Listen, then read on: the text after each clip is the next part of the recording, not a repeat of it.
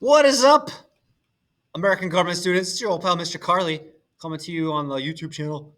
I was going to talk about Unit 2 Elections Campaign Assessment Review.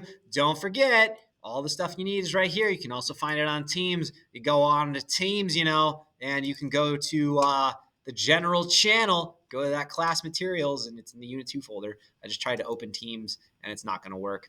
These are the vocab terms from this unit. I put 7 propaganda techniques. We talked about some different types of propaganda techniques. I guess you don't really need to memorize like all 7, but you need to be able to identify or give an idea for what technique a particular ad is using, because that's definitely going to show up. So, anyhow, transfer, glittering generalities, card stacking, name calling, you name it, it's there. There will be a retake opportunity. So I have this right here. We have a retake opportunity for topic 1.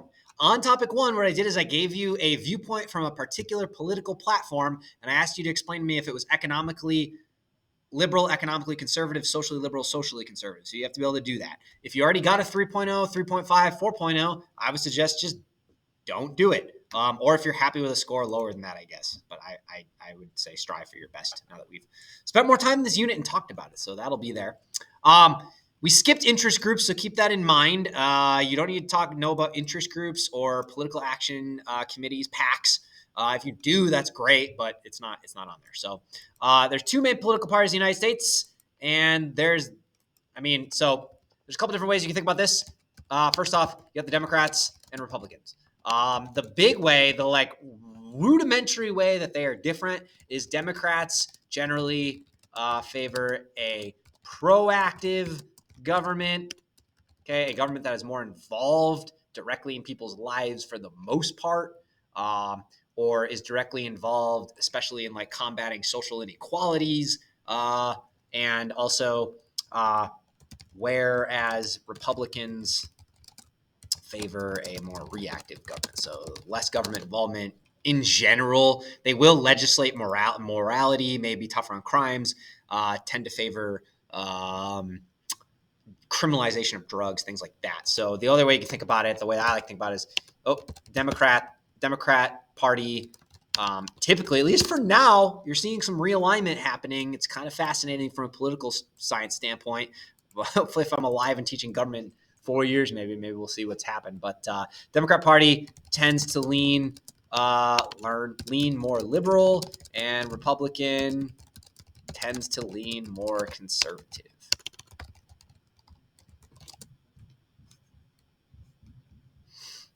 Yeah, that's that. Sorry, I was thinking about a conversation I had today. Anyhow, that's it. On both economic and social issues. There's 4 main tasks of political parties, but I kind of put them on 3. I'm sorry, Emma, but they choose candidates to run on behalf of their party. They help run campaigns, and I usually think of those 2 things together. So you choose the candidate, you'll help run the campaign, mostly at the state level. The national party doesn't do a whole lot in terms of running campaigns directly, but there's that. Helps run campaigns, donates money, coordinates, things like that. They give voters cues on how to vote. So usually people will vote. That's why one reason why you saw polls before the election of 2024 tighten is because people tend to, as the election gets closer, they tend to just kind of resort to their party ideology.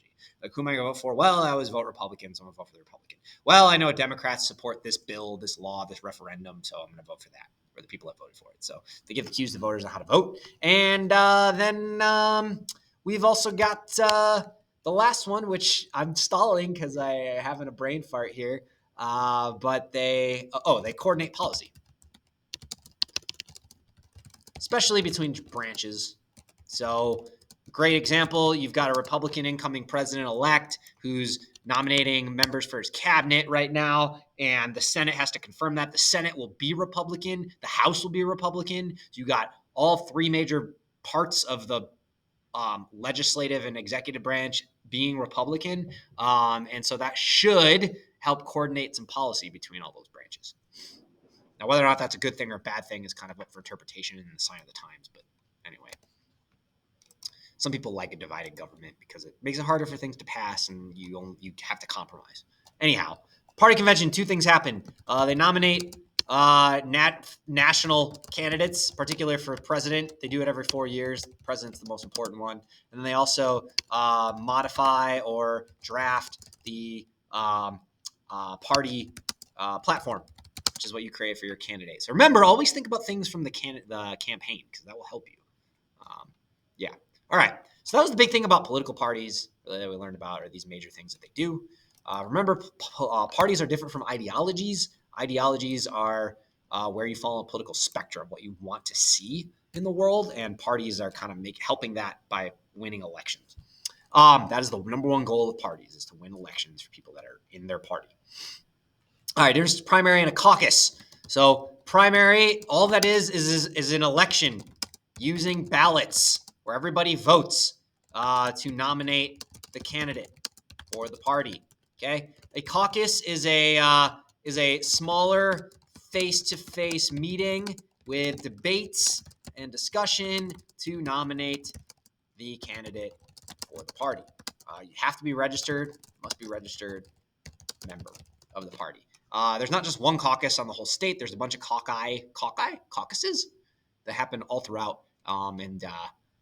Then they decide who gets what, how many delegates. Open primary, benefits open primary, benefits closed primary. So there's a couple different ones. I would like you to think about it. We talked about this in class, but I'll give you one for each. Okay, open. Okay, open. Open primary. It allows more voice for independent voters and or moderate voters if you don't want to declare a member of a party, which is an important thing for people. People feel like I should have the right to be independent if I want to be independent. Closed primary, basically it allows for electoral consistency and ensures the party strength. So if you're somebody that says, hey, political parties are an important institution in American government, political history, we want to keep them strong, they should get to decide who their party nominee is, then a closed primary would be the way to go. It also allows for consistency. You know, year to year, generally what your electorate's going to look like. You know what they're going to try to vote for, what they like, as opposed to being worried about what are the moderates thinking these days. So open primary allows more voice for independent moderates, especially if one party has control, like Democrats in California, Republicans in Wyoming and Idaho. So it can at least give a little more moderate position. Two policies that affect turnout. We talked about several of them. You got voter ID is a big one. Generally is going to reduce turnout because it's creating a barrier. I'm not saying that barrier is unnecessary or shouldn't be there. I'm just saying that does create a barrier if you have to obtain an ID for some people. Same day registration. If you allow same day registration, that's going to boost turnout typically because people can just register on the day of the election. Extended polling hours or reduced polling hours. Extended polling hours, absentee or mail-in balloting or voting, I guess I should say, if they allow it or don't allow it, or if you need a reason, or if they expand the amount of time before an election that you can request one, or sometimes they'll accept your mail-in ballot after they receive it if they receive it after the election day. If it's been postmarked by the election day, so different states have different rules. The Motor Voter Act allows you to register right when you get a driver's license if you are of age and you have other documentation. So overall, I would say regardless of how you slice it or how you look at the nuances, you've got voting rights. Voting rights have expanded, and there's a variety of examples. You talk about Voting Rights Act of 1965, which was a civil rights act, which basically outlawed literacy tests and gave a lot more federal oversight into that process. So we got 6 minutes left, so that's good. You've also got constitutional amendments. So you've got the 17th was direct election of senators. You've got the 19th, which was women's suffrage, women's right to vote. The 23rd was DC electoral votes. We've got the 24th was outlaw no poll taxes. You can't tax people to vote, or say if you're not paid up on your taxes, you can't vote. That was another way you do it. Not a specific tax to vote, but saying if you haven't paid all your taxes, you can't vote.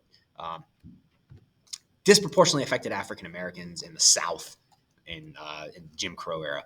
And 26th Amendment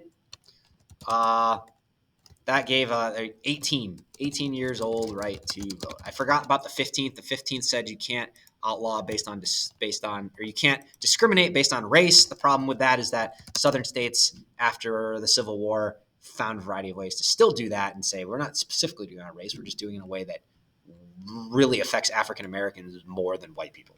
But basically gave freed slaves and African Americans the right to vote. So there you go. Those are the big ones you need to know. You don't need to know all of them, okay? But knowing one or two, especially the proper name, like I know the 15th Amendment, I know the 17th Amendment, that's a good thing to be able to do. All right, specific propaganda techniques. I will leave you there. All I can tell you this, though, is that it's not livingroomcandidate.com. I messed that up. It's livingroomcandidate.org. Anyhow, hopefully you can find that. You can watch any types of examples that you want, and that should give you a good overview of different types of propaganda techniques, or look at your article, or just look up any ad for anything really, including Panda Cheese, just you know why, and that should do it for you. So if you have any questions, feel free to send me an email or write me a question on Teams and tag me so I see it. That might be helpful because then everybody can see your response. That'll be it. So please subscribe to my YouTube channel, smash that like button. Let's keep those likes higher than those dislikes. All right. Anyway, we'll see you for the exam. I think you're all going to do awesomely. And take care. We'll talk to you later.